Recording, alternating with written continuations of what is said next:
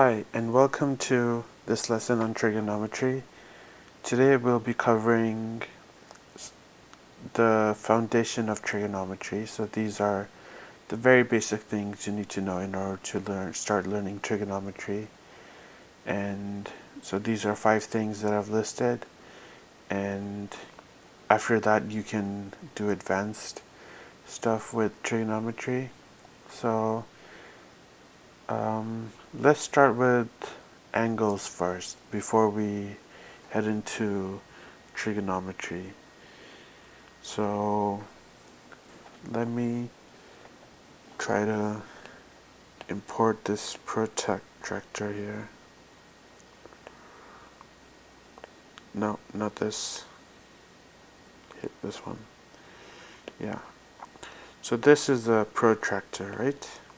And let me see if I can draw here. So if you have an angle which is from here, so what is an angle actually? An angle is the corner where two rays meet. So if you have two rays, let's say these two rays, so it's that corner where these two rays are meeting. So over here, we start this way and go counterclockwise, and it says 70. And if we had started this way and our angle is over here, then it would not be 140. This angle would be 40 degrees. Okay, so a protractor is used to measure angles, but pretty soon you'll have an intuitive sense of angles. Okay, so oops. So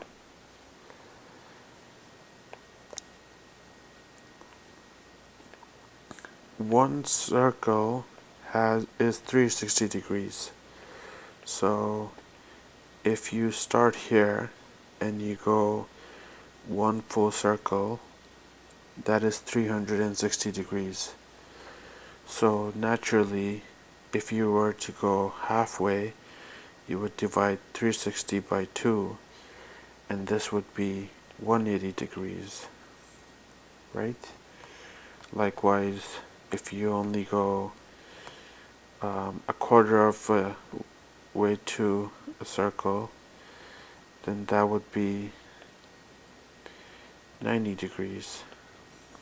Okay, so keep in mind that, okay, I'm gonna erase this. Okay, I can simply do this. So for example, if you have, let's say, an angle, so this looks close to a 45-degree angle. So the interior, this is called the interior angle, which is 45 degrees. And then you also have an exterior angle. So we know that total it would be 360 degrees. So to get the exterior angle, you would subtract from 360, you would subtract 45, and then you would get 315 degrees. So this angle is 315 degrees. Okay. So there's different types of angles. Like if you have a line, so let me draw a line. If you have a line and you're just on that line, then that would obviously be 0 degrees. And then another simple angle is called a right-angled triangle. So we usually draw a box in the corner, and this is called a 90-degree angle. and then any angle that's less than 90 degrees. So if it's less than that, then it's called an acute angle. And I have a funny picture to show you for that. Where did it go? Yeah, I have a funny picture to show you for that. This is an acute angle. And I'm not sure how to delete this. Okay, I'll delete it. I'll start the next page. So, and then just like we said that, this is a right angled triangle, this is an acute angle. So any angle that is greater than 90 degrees, so it could be here, or it could be, here, or it could be here. So that's called an obtuse angle. And then you have a straight line. So if you have from here to here, this angle is called 180 degrees. Okay, so if this is the angle, it was, for example, opening up, it opened up all the way until here, then this would be 180 degrees. Okay, and another kind of way to denote, like, so for example, if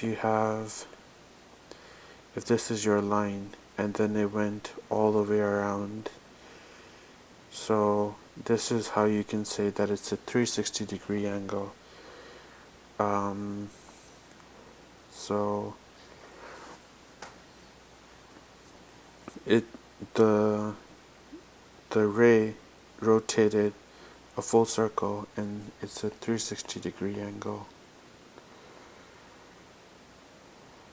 Okay, so another thing we'll do, I know I'm going kind of fast, but what are complementary angles? Complementary angles is when you have a 90 degree angle, and within that, let's say you have a 60 degree angle, so I'll use like red here. So this is 60 degree, and then so complementary angle means that these two angles should add up to 90 degrees. So what do you think the blue angle would be?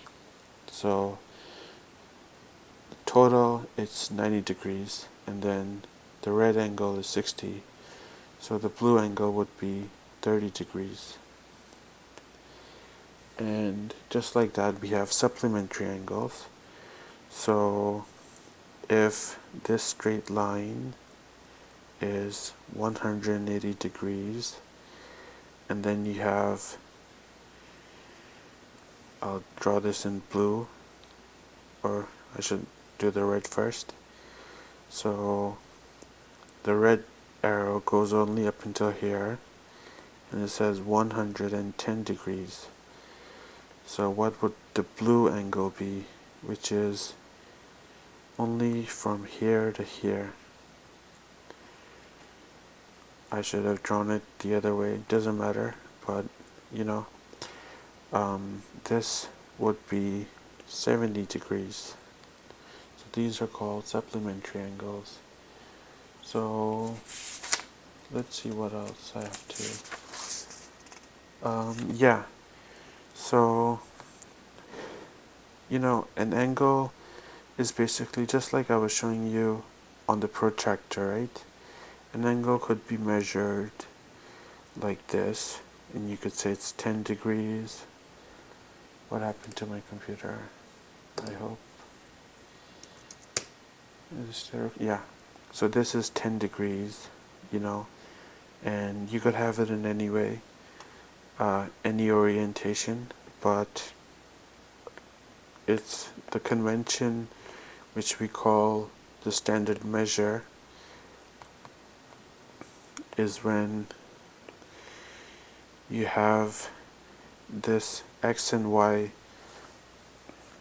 I mean, you have these two axes, two axes.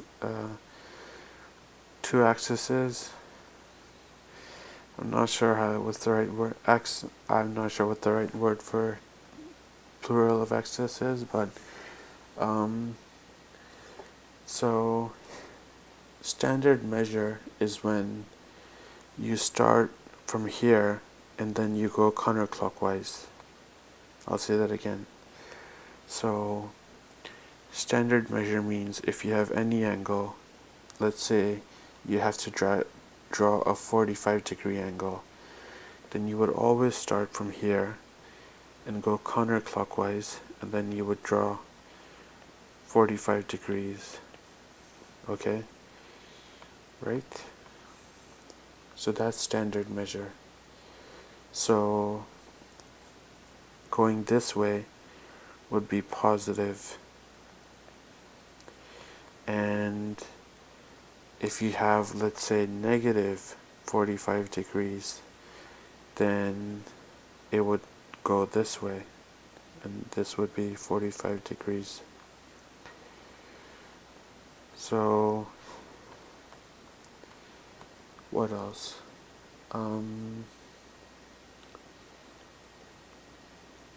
And then you have coterminal angles. Wait, I think I should come to that later. Yeah. So another thing I want to tell you, so on this vertical and horizontal axis, and then when you start this way, this would be 0 degrees, and then once you reach here, it would be 90 degrees.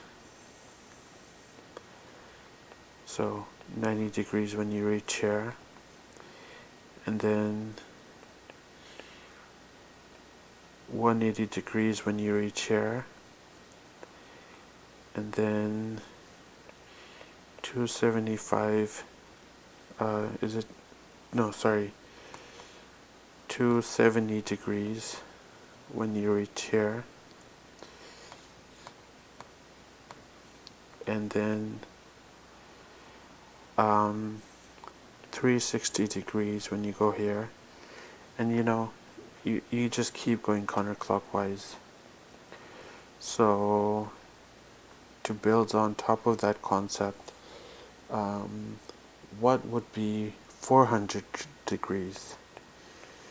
Okay, so we would go one full circle, and that is 360 degrees. So we have gone one full circle, and I'll draw a line outside this circle. So then we have to go another 40 degrees. So we would go almost this way. So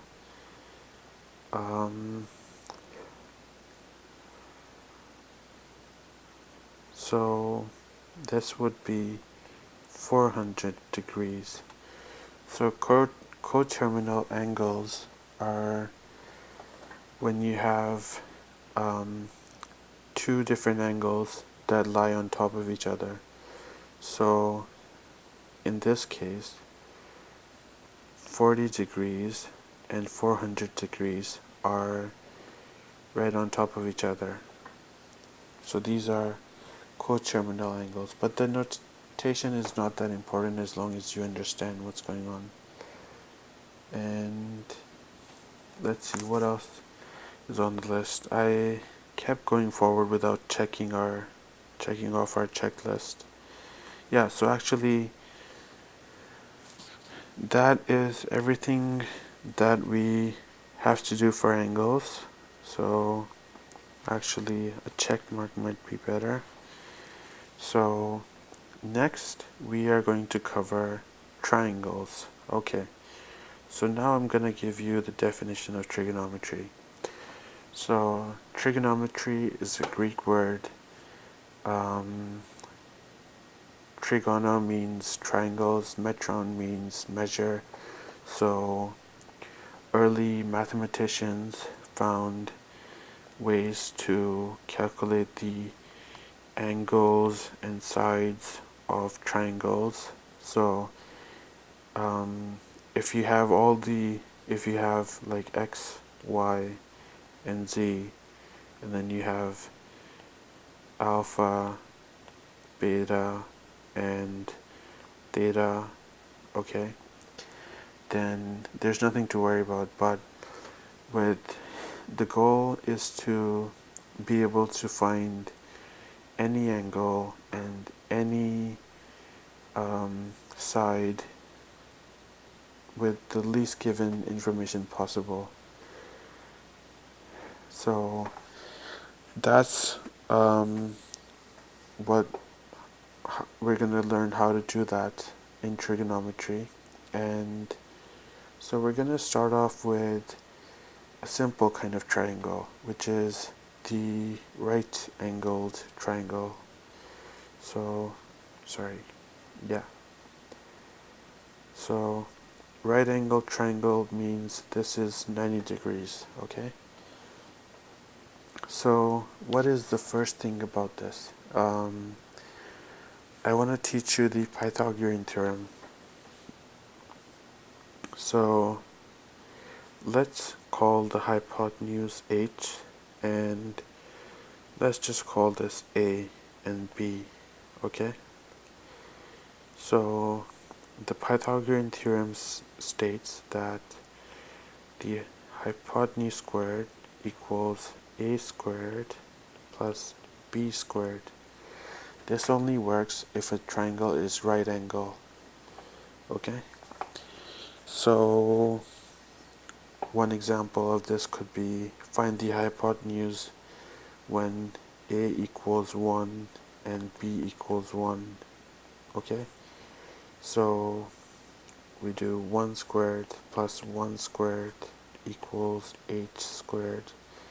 Then 1 squared is 1, 1 squared is 1, and then we get 2, h squared equals 2, and then you take the square root of both sides, you get square root of 2. So h will be equal to square root of 2, okay? So that is the Pythagorean theorem. Okay, wait. So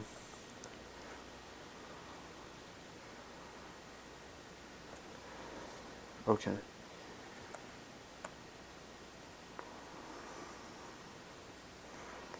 Yeah. So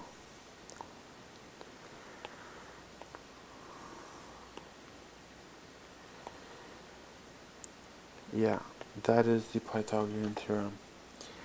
Now there are some other ratios. So for example, let's take this angle and let's call this theta.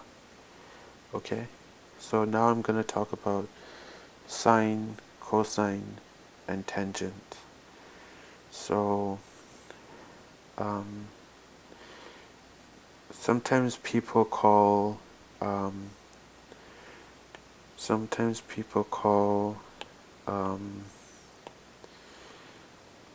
this side the base and this side the perpendicular, but I'm gonna stick with calling the side closest to the angle the adjacent, and the side opposite the angle as opposite. And hypotenuse can stay the same. So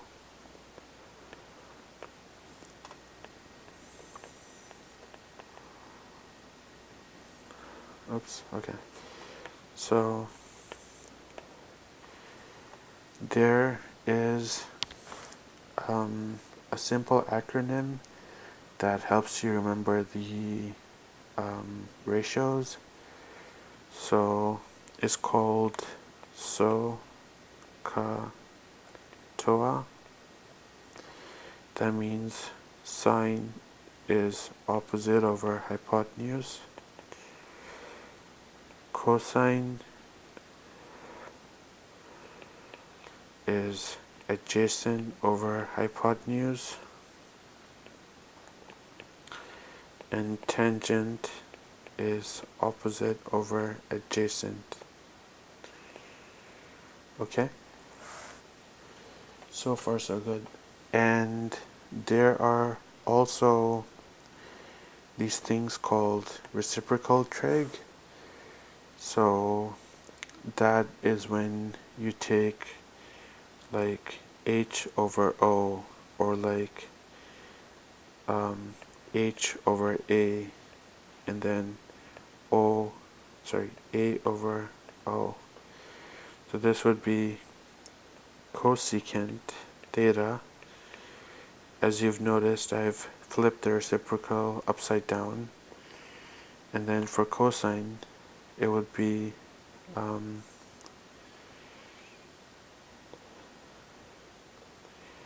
secant theta.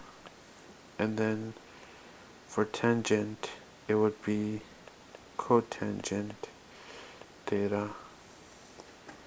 So that's what we call reciprocal trig.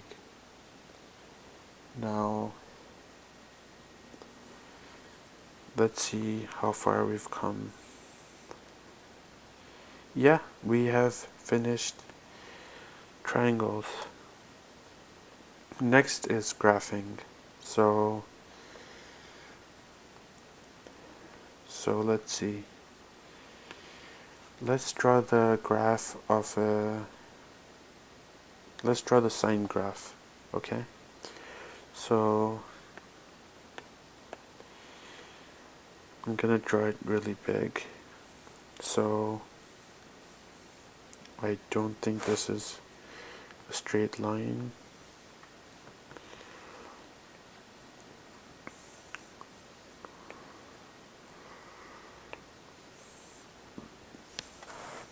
Excuse me. So now for the sine graph, there are some critical points. So what you do is you divide the sine wave into 4 different parts. So that's divided into 2 parts, and now it's divided into 4 parts. And for the middle one, it goes through the middle, and for the last part, it ends at it ends at 0. And so it starts off at 0, it goes up at 1, comes back down at 0, goes down to -1, and comes back at 0. So drawing these critical points, and then you can label it 1 and -1. So then you can connect with the, not like this, but you should connect it like a curve, like this.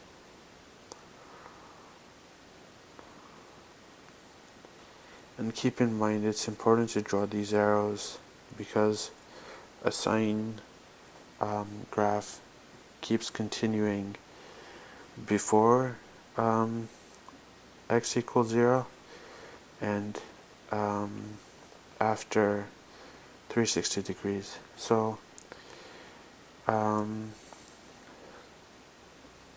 the vertical axis we have 1 and -1, and the period for the sine graph is 360 degrees, and then half of that is 180 degrees, and then this would be 90 degrees, this would be 270 degrees. Okay, now for the cosine graph, what we do is we just take this graph and we shift the whole thing 90 degrees to the left. Okay, so what will end up happening is this will become here, and yeah, every point will move 90 degrees to the left, and so we'll have something like this, and you don't see it here, but as it continues, it's supposed to be up here. So it goes like this. So I just wanted you to see that relationship, but if we're drawing the graph of cosine, then you know the critical points you would draw would be, keep in mind that it always starts at 1, and that will help you draw the cosine graph. So sorry, I didn't mean to circle it in. So you start at 1, and then it's at 90, goes to negative 1, comes to 0, and then it ends at positive 1, and then you can connect like the curve. Even though it looks like a straight line, but it's supposed to be like this.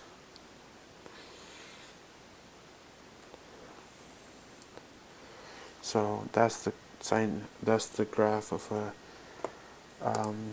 that's the cosine graph. Okay,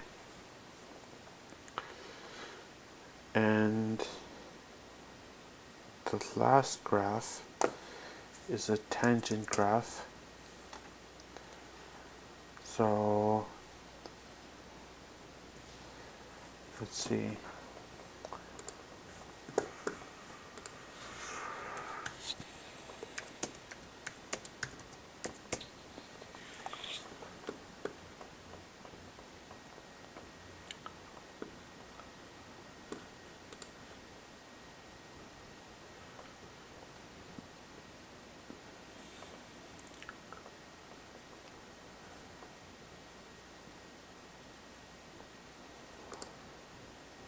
Yeah, so I'm gonna draw this tangent graph.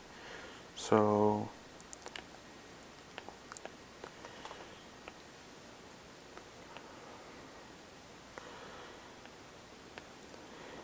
and keep in mind that it goes through 0, and what you could do is divide it again into like 4 parts. Okay, and it has a vertical asymptote at 90 degrees, anyway, 90 degrees and 270 degrees. Oops. Okay, and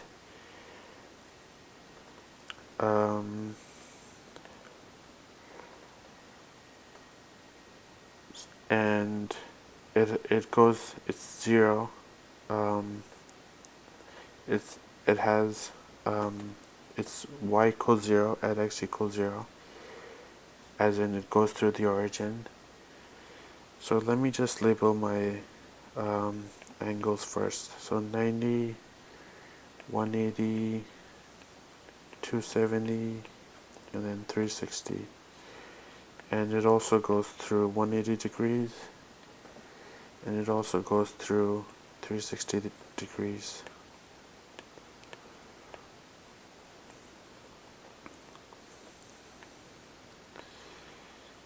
Okay, and so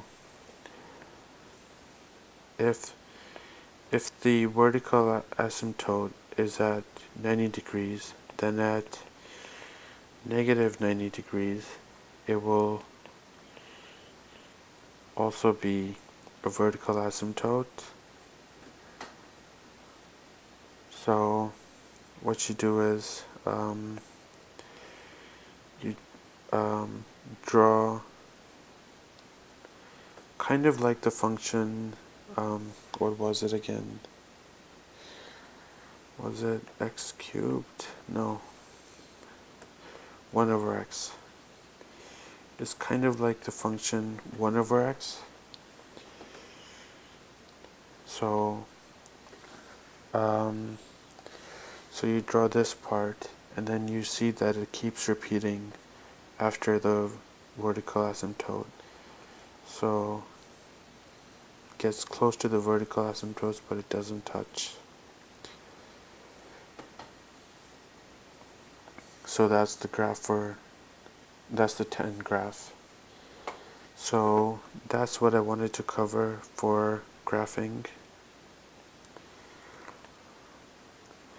And now, so once you're familiar with these 3 graphs, although I erased the cosine graph, you'll get an idea of like what are the like for sine. I'll draw a small diagram here. You'll get an idea that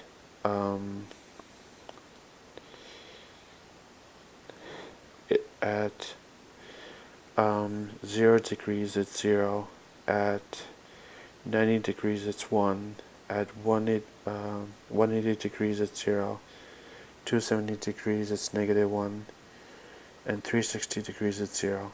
Similarly for cosine, and similarly for tan. But what if it's not one of these easy angles? So there's a very, very useful tip in calculating the exact value of these angles. So before we saw like if you were given a question of like, I'll give the example of cosine. So cosine of 180 degrees. Okay, so this would obviously be negative 1. Okay, and then similarly you can do that for sine and tan. But what if you're given like a weird angle? So there are 2 triangles that will help you solve any kind of, not, well, they're called the special triangles, and they really make your life a lot easier. And so these are the 2 triangles. So the first one is really easy. What you do is you draw 2 lines of the same length, and this is going to be a right angled triangle, and then you draw a hypotenuse. These equal lengths are 1 each. Okay, and if you can't remember what the hypotenuse is, just use the Pythagorean theorem. So just like we did before, it would be h squared equals 1 squared plus 1 squared, which would be h equals square root of 2. So square root of 2. So now if I'm asking you, so keep in mind that these angles are 45 degrees. So if I ask you now that what is cosine of 45 degrees, or what is sine of 45 degrees, or what is tan of 45 degrees?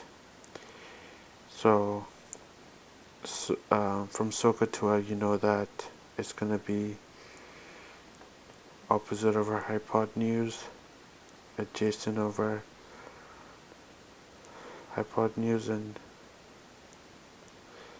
opposite over adjacent.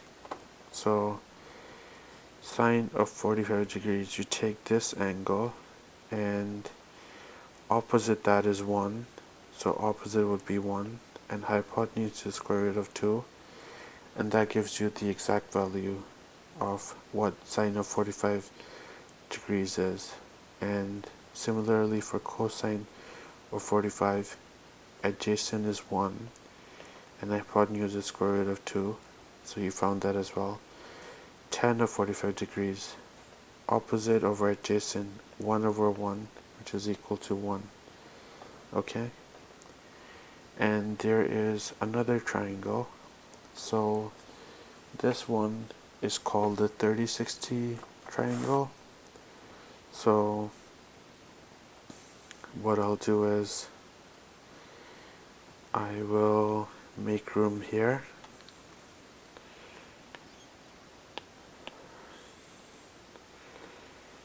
So it's a 30-60 triangle. That means that one length is going to be longer, one length is going to be shorter. So as you can see, this angle is big, but this angle is small. So this is 30 degrees, this is 60 degrees, this is 90 degrees. Okay? So in this, just remember that the shorter side is 1, okay? And the longer side is square root of 3, and you could use the Pythagorean theorem to find out what is the hypotenuse. Okay, so let's see.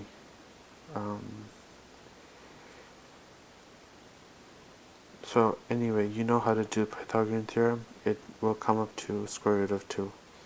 Okay, so similarly, in this case, sine, cos, tan of 30 degrees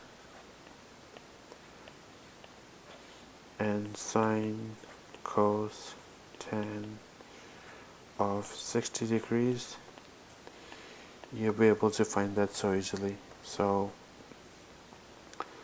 sine of 30 degrees is opposite over hypotenuse, so 1 over square root 2. Cosine is adjacent over hypotenuse, so square root of 3 over square root of 2. And tan is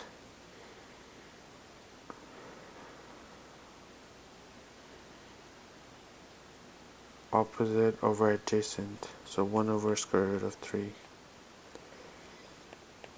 And similarly, you can do that for,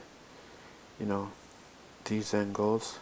So now we are done the special triangles, and then there's a very small thing that we need to cover, and that is quadrants.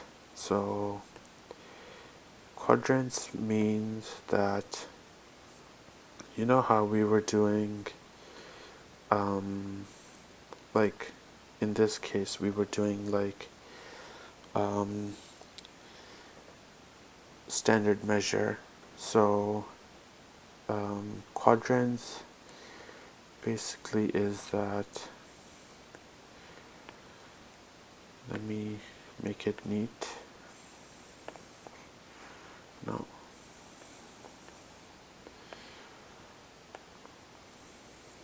Come on.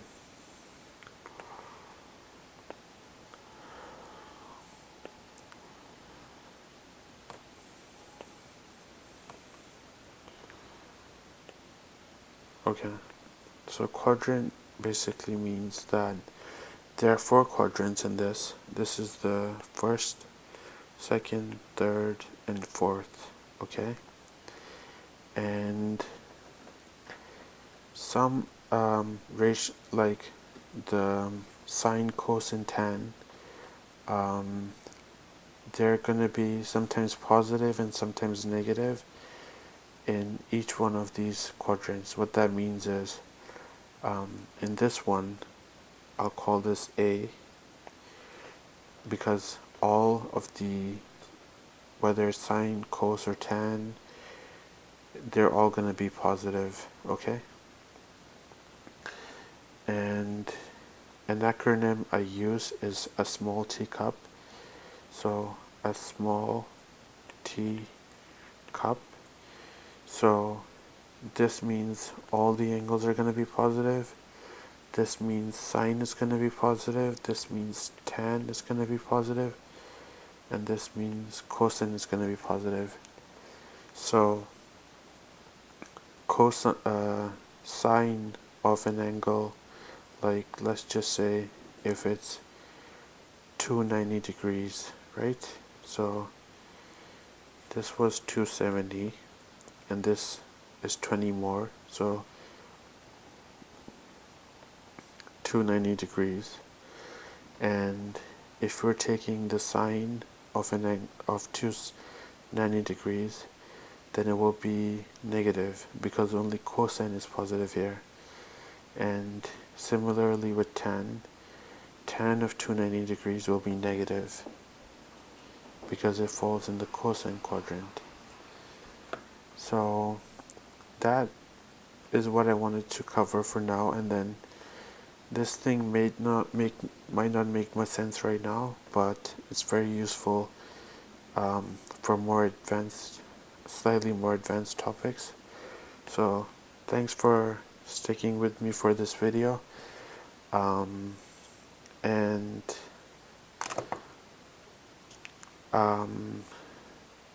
I'm gonna make a second video on trigonometry.